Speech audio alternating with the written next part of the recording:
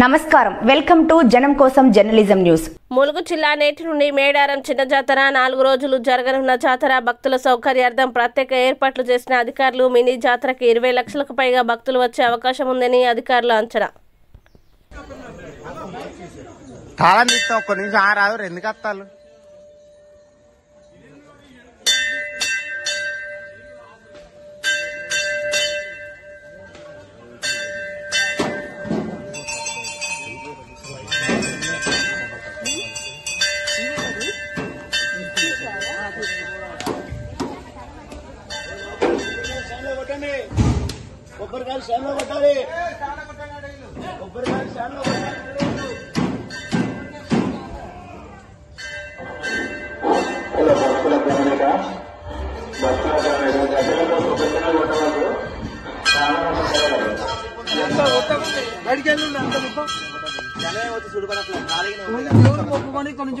బయట కొబ్బరికాయలు కొట్టుకోండి.